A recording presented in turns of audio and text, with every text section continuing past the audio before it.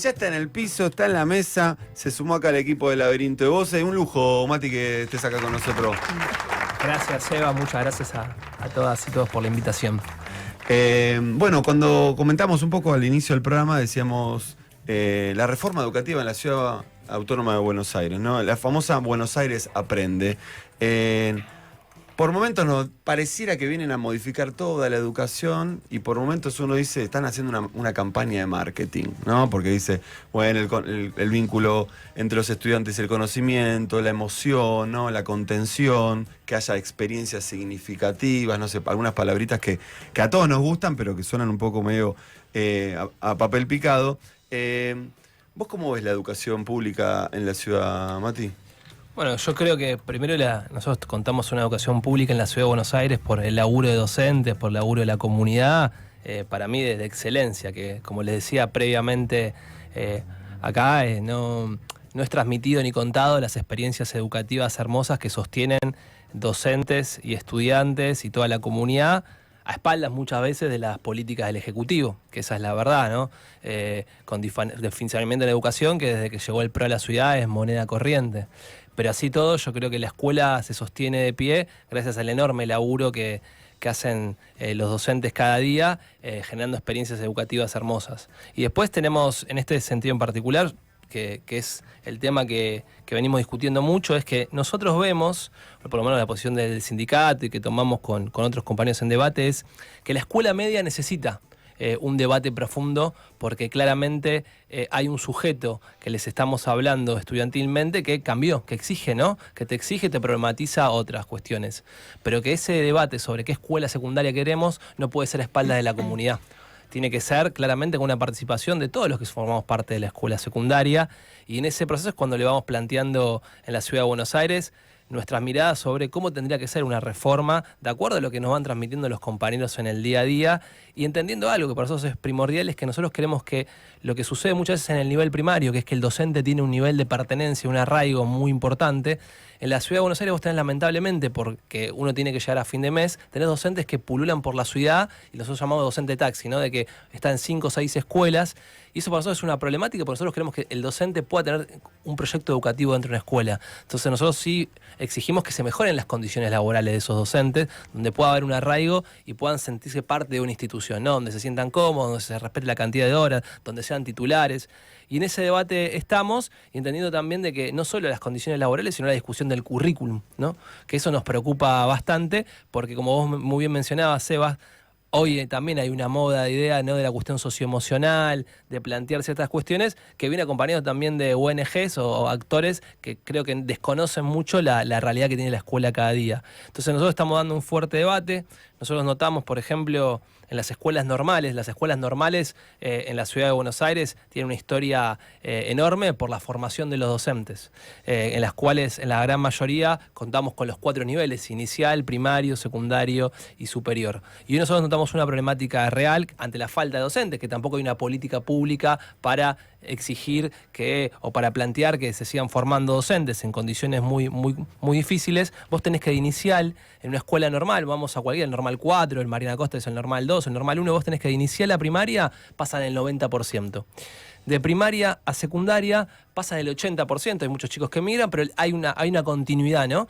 Y cuando del secundario al terciario, solo el 5% elige la carrera docente. Entonces, ¿qué está pasando en un lugar donde es un departamento de aplicación, donde hay muchas figuras, nosotros nombramos practicantes, donde hay un debate educativo constante y se forman a los docentes? ¿Por qué los estudiantes no están eligiendo la carrera docente? Bueno, entonces nuestro planteo con VAPrende es, nosotros tenemos que discutir, por ejemplo, en las escuelas normales, como lo podríamos discutir en educación técnica, una especificidad que aporte a que los estudiantes elijan a la carrera docente, incorporar materias al currículo, no sacar horas de historia, no, bueno, nosotros pensamos materias más pedagógicas que vayan formándose esos estudiantes con la gana de promover la carrera docente, porque en la Ciudad de Buenos Aires faltan maestros también, ¿no? Bueno, ahí tiramos varios temas. Sí, tiré varios. No, está bueno. Atajamos la que por eso estamos en el laberinto, porque estamos perdidos. Bueno, ahí nos metimos con un tema que es que la reforma de Buenos Aires Aprende viene a integrar al docente en una misma, a juntar muchas horas en un mismo cargo, sí, ¿no? Que es algo que vos retomaste y que decís, bueno, eso parece ser en principio interesante, eso como, bueno, suma.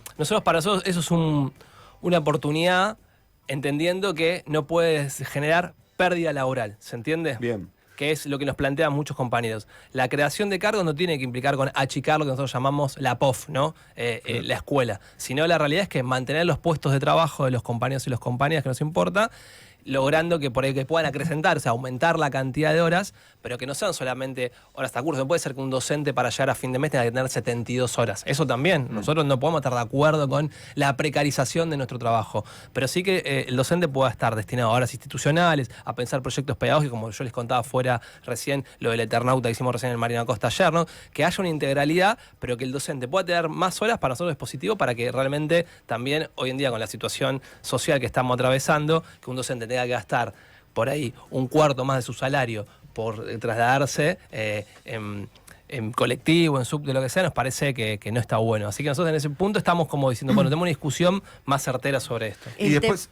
Perdón, no, porque yo me quedo con esto, porque bueno, tengo amigos, amigas, docentes en escuela pública, de gestión pública, y lo que pasa es que los que tienen menos carga horaria como que quedan relegados en segundo lugar, ¿no? Como que los que son titulares tienen más carga horaria, eligen turno, eligen en qué escuela se quedan, y después quedan estos que tienen menos horas, que terminan ofreciéndoles en una escuela por ahí que no les queda cerca de su casa. Entonces, me parece, te quería preguntar, si esto se está pensando en función de acomodar a estos otros docentes que terminan siendo perjudicados con este sistema. Mira, nosotros ahí planteamos dos cuestiones. Lo que vos nombrás, nosotros en el sistema educativo es algo muy técnico, pero tenemos docentes titulares, docentes suplentes e interinos, que serían como las figuras que nos acompañan. Con la reforma... La realidad es que con la última titularización vos tenés hasta el 2024 un grueso de docentes que es la mayoría que ha titularizado horas, que hubo titularización, en un momento se llamaba masiva, no es masiva, pero la realidad es que hubo una titularización muy importante, pero después en adelante tenés un grupo de docentes que son los interinos suplentes, que ante esta reforma quedarían relegados. ¿Alguna disponibilidad? ¿Qué significa disponibilidad? Hasta que vos lograste otro cargo, seguís cobrando el salario, que para nosotros eso es muy importante, pero por ahí no quedás en la escuela que da. Bueno, nosotros ante eso estamos pensando cómo podemos lograr que esos docentes queden dentro de la institución escolar, ¿no? Acompañando las nuevas POF. No en carácter de titular, porque para eso tiene que haber actos públicos, Claro. ¿no? Recordemos esto, que fue Mauricio Macri y Rodríguez Larreta los que en su momento desarticularon las juntas de clasificación docente. Claro. Entonces, hoy los actos públicos Son virtuales. Son virtuales, los sindicatos seguimos siendo parte por de acuerdo a cantidad de afiliados en cada una de las juntas que hay junta inicial, de primaria, de media, pero muchas veces terminamos siendo veedores, ¿no? Y no con la injerencia que teníamos antes. Entonces, esto viene de acompañar, que fue una resistencia muy grande nosotros en su momento. Porque el acto público cara a cara es otra cosa. Es otra cosa. Nosotros, Y el algoritmo te filtra. Chau. Te filtra. Anda a quejarte. Nosotros estamos, la realidad es que el laburo de los compañeros que están haciendo en la junta no solo de UTE, de otros sindicatos también es muy bueno para poder controlar eso.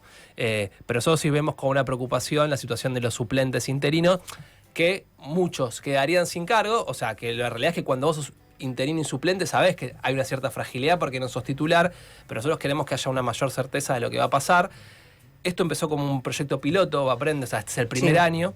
Este año no era obligatorio, ingresaban las escuelas que quisieron, ¿no? Hubo un debate institucional muy grande. En principio son 33 las escuelas de prueba piloto de este año. 33 de este año, se van a incorporar 30 más para el año que viene, en la cual ahora sí entran algunos normales que, por ejemplo, no habían entrado, por eso yo les comentaba esta discusión pedagógica que hay que dar. Y esto claramente cada una de las escuelas fue parte del debate con sus autoridades. Hay escuelas que lo han rechazado. Hay escuelas del Normal 4, votaron los docentes y definieron rechazarlo. Y me parece que eso es muy legítimo, que sean las instituciones también que vean cómo puede ser. Lo que nosotros no queremos, estamos convencidos, por eso decía lo de los normales, es que no puede ser una descentralización dentro de la propia Ciudad de Buenos Aires, ¿se entiende? Que cada escuela termine resolviendo... Que te invitan un poco a eso. Claro, a resistir. Resisto como puedo y hago la secundaria que quiero, ¿no? O sea, armo, no. Entonces la escuela está más organizada. No, bueno, no tenemos que tratar de... gruesos generales, nosotros estamos llevando a la mesa de condiciones laborales, convencidos de que tiene que haber un replanteo sobre también lo que le estamos pidiendo al gobierno, es que antes de fin de este año queremos una evaluación de la que el gobierno haga sobre cómo fueron estas pruebas pilotos y nosotros también compartimos Claro. la nuestra en base a distintas situaciones. Antes, Mati, de meternos en la cuestión más general nacional de la educación, vos ahí mencionás una distancia que hay entre los que tocan la botonera mágica, los que gestionan la educación. La semana pasada hablábamos de Jorge Macri diciendo, bueno, cuánto se cumple el uso del celular, el protocolo de celulares. Y después está como la realidad, ¿no? Digamos, los docentes en el aula, esto con los pibes, con los quilombos que vienen los pibes, con las nuevas capacidades que vienen los pibes, con el vínculo con la tecnología que vienen los pibes. ¿Ustedes ven esa distancia entre los que gestionan y los que hacen la educación? Yo creo que es muy difícil en general, ¿no? En la ciudad de Buenos Aires y en todo el país, muchas veces de técnicos o de dirigentes políticos, entender lo que sucede en el día a día. Y para mí, la realidad es que la crisis en algún punto que tiene la educación pública hoy en día viene acompañada también de lo que generó después de la pandemia. Que yo sí ahí hago un corte muy grande que generó algo social que todavía no se puede evaluar, pero que en la escuela se nota mucho de lazos rotos también, que creo que hay que reconstruir. Yo noto muchos lazos rotos entre las familias y los docentes, noto situaciones de violencia que claramente tienen que ver con el momento social que vive la Argentina, donde pareciera que vale todo. Y se nota en los pibes, noto un desinterés muy grande muchas veces de nuestros estudiantes por las propuestas pedagógicas que hacemos los docentes, y ahí creo que está la iniciativa de los docentes de buscarnos experiencias, y que a veces, si esto no viene encima acompañado con políticas públicas que respalden al docente, es muy difícil. Yo creo que hay una tarea que vos lo nombrabas, Seba, con el uso del celular. La realidad es que creo que cuesta mucho para los docentes muchas veces pensar cómo trabajar con ese dispositivo con los estudiantes, ¿no? Y que nos quede algo prohibitivo, ¿no? Bueno, sacamos el celular del aula, ¿no? Como para generar un ambiente. Bueno, esa es la única solución. ¿Qué otras instancias podemos generar de herramientas para que la tecnología sea una aliada en consolidar procesos educativos? Y bueno, ahí creo que hay un debate y hay mucho por hacer. Pero nosotros, como decimos siempre, o sea, no hay solución gremial, eso es una frase más por ahí de la CTA o de la CGT, no hay solución gremial, sino hay solución política. Entonces, claramente cuando hay proyectos pedagógicos, políticos, neoliberales o de derecha, van en contraposición a lo que pensamos nosotros desde otro lugar y de otro punto de lo que consideramos que tiene que ser la educación. No, y de cómo sale el estudiante, la estudiante, ¿no? Que siempre planteamos eso. ¿Qué estudiante estamos buscando? Bueno, ahí mira, justo estamos hablando de media, pero ¿se acuerdan cuando fueron las ACAP? Sí. Que fue la experiencia. Nosotros, yo tengo 5º año en el Mariano Acosta, había algo que me parecía, en el marketing que proponía la anterior ministra Soledad Acuña, que fue una ministra nefasta en la ciudad de Buenos Aires por todo lo que generó. La realidad es que rompió mucho, estamos pagando las consecuencias todavía de todo lo que ella hizo. Las ACAP, que se presentaban como unas pasantías de los 90, en la cual era la experiencia laboral maldicha, el resultado de las ACAP fue desastroso, porque no fue una experiencia rica para los estudiantes. Nosotros teníamos en los pedagógicos 5º años que los mandaban desde una charla, en el mejor de los casos, a la UBA un día, como si fuese una experiencia de trabajo, o los mandaban a una pizzería a ver cómo trabajaba una pizzería. Entonces, cuando voy a la pregunta que vos hiciste, Seba, digo, cuando eso está tan disociado de la realidad, porque vos querés plantear la aproximación al mundo del trabajo, que hay que repensar la escuela secundaria con cómo se conecta con el mundo del trabajo, en un mundo que claramente las relaciones de dependencia cada vez se rompen más. Bueno, ¿cómo pensás la escuela para eso? Pero si vos generás una escuela en la cual la pasantía que hay es totalmente precarizadora y no tiene un sentido con el proyecto pedagógico de la institución a lo que van los chicos, eso era marketing, es un blef. Eso es lo que generaban ellos. Pensaba en la intencionalidad también de la SACAP, de Acuña, y me acordé de lo que dijo alguna vez Esteban Bullrich, que se sentía más un gerente de recursos humanos que un ministro de Educación, porque justamente lo que querían era eso, Totalmente. La mano de obra barata. Totalmente. Formada, barata, qué sé yo. Totalmente. Y yo creo que ante eso, digo, la derecha es muy clara muchas veces con sus proyectos educativos, ¿no? O sea, porque ellos entienden que su proyecto social o político no se puede escindir de la educación, ¿no? Por eso el grupo Sofía del que venía Larrero, tenían proyectos educativos que los intentaron ir instalando en la ciudad de Buenos Aires, como en otras jurisdicciones del país. Vidal intentó hacer lo mismo en la provincia en su momento. ¿Se acuerdan? Hasta en su momento las ideas de los voluntarios, o sea, es como... Eso para mí genera, cuando el Ejecutivo plantea este tipo de situaciones, genera también socialmente, va limando el rol del docente, que creo que también es lo que hay que volver a discutir, porque uno lo nota y lo ve, y no porque uno crea que todo tiempo pasado fue mejor, pero había un respeto social, una construcción alrededor del docente que hoy está muy en cuestionamiento. Y eso lo generan los medios de comunicación masivos de la Argentina, criticando o buscando figuras de dirigentes sindicales como para tratar de atacar, y después la política, ¿no? Que claramente se queja de muchas situaciones que han pasado, pero no da respuestas a la cotidianidad de lo que necesita la escuela pública y los docentes. Estamos hablando de la disociación que vos decías también, es justamente eso de disociar al docente de la familia cuando los dos están en planes de educación.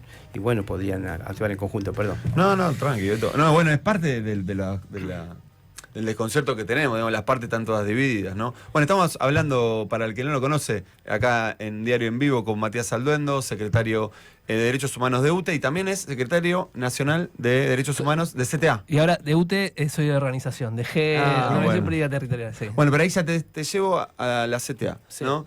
Estamos en una situación a nivel general, estamos hablando en el programa, no tenemos dólares, ¿no? Tenemos un triple femicidio, tenemos el caso de hipercorrupción al extremo, la situación de los trabajadores también está cada vez más precarizada. ¿Qué tenés para decirnos de la situación general de los trabajadores? No, la realidad de los trabajadores en la Argentina es desastrosa.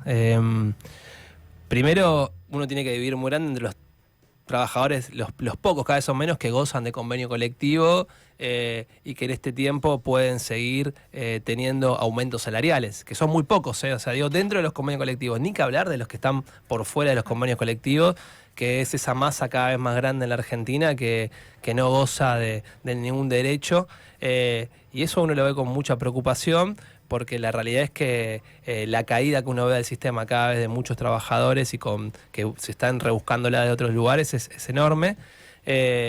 Y por otro lado uno empieza a notar, que era la preocupación que era al principio del gobierno de Milei, cuál era la reacción social. Que uno como que estaba como desconcertado. Me pasaba a mí, por lo menos, o lo hablábamos con otros compañeros, de que, bueno, ¿cuál es la respuesta de las organizaciones sindicales ante esta experiencia distópica, nefasta que estamos viviendo?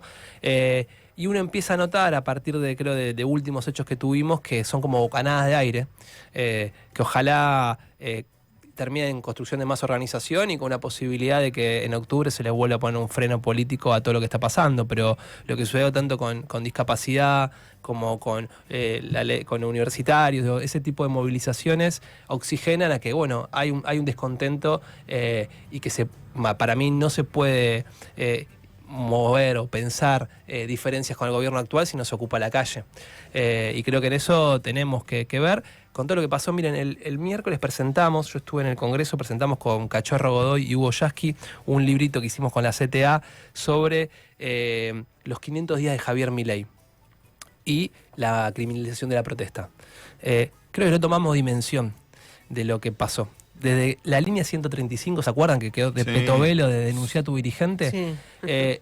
Y con la frase de Petovelo, la consigna de que el que moviliza no cobra el plan, ¿no? Sí. O esa idea de estigmatización total, o el protocolo antipiquete. Sucedieron muchas cosas en un corto tiempo, y ni que hablar con lo que pasó con Pablo Grillo, de situaciones que se dan todos los miércoles que uno va naturalizando, pero que en realidad muestran que hay lo que siempre sucede con gobierno de derechos. O sea, ellos no pueden cerrar su proyecto político si no es con represión. Claro. Y me parece que es bueno hablarlo. A nosotros, y cierro con esto, que nos preocupa mucho las nuevas armas que está utilizando la fuerza de seguridad, la que el nuevo lanzallamas se le dice y lo que te tiran el vapor, que ahora deja como manchas amarillas, vieron que es lo que se está hablando, son armas que están prohibidas por cualquier organismo internacional. Claro. Y ese tipo de situaciones, bueno, nada, hay una continuidad también. Lo hablábamos el otro día, lo escuchaba a los compañeros de Mapa de la Policía, que los invito a leerlo, que hacen un laburo impresionante, están aportando mucho para la investigación de Pablo Grillo. Ellos contaban un par de situaciones en la cual hay una continuidad claramente con lo que fue la doctrina de Patricia Bullrich en el gobierno de Mauricio Macri y en esta. Que claramente eso genera también no solo lo que se puede uno recolectar de datos públicos, sino lo que sucede en los barrios más populares. O sea, claro, que tierra no de está nadie. no están está sin bozal. visibilizado, Ahí claro. nadie avisa nada. No. Las cosas que nos cuentan los pibes nuestros en las escuelas, el otro día nos contaban en la 21-24, situaciones, pero de que son totalmente de un abuso policial Totalitarismo, terrible. sí, sí. Terrible, y bueno, eso es la realidad que lamentablemente estamos viviendo. Y en cuanto a eso, yo estoy esperanzado en que las organizaciones sindicales, libres del pueblo, pensemos en seguir construyendo organización para frenar este tipo de situación. Que los compañeros nuestros, los docentes, nos preguntan, che, en esta etapa, ¿qué hacemos? ¿Cómo nos organizamos? O cuando hay discusiones, ¿por qué no hacemos paro? Esto y otro. Nosotros lo que estamos convencidos es que hay que organizarse más. Claro. O sea, no es lo mismo una escuela, digo, en mi puesto, en mi lugar, ¿no? Que tiene delegados y la que elige delegado, la que afilia compañero, la que no afilia. Porque hay un intento también de desorganizar y eso es lo que más atenta contra las organizaciones. Construir comunidad, construir lazos Hoy con otro. justamente, claro. Hoy hablamos con Carlos Tomás y nos decía eso. Están en el plan de formación de dirigentes. En la UOM. De delegados. 4.000 delegados. Está muy bueno eso. Sí. Justo, Sí. mirá. Bueno, aparte de las tareas, Mati, que te trajimos también para que nos tires un centro, ¿cuáles son las tareas del momento? Bueno, construir comunidad y defender los derechos de los trabajadores.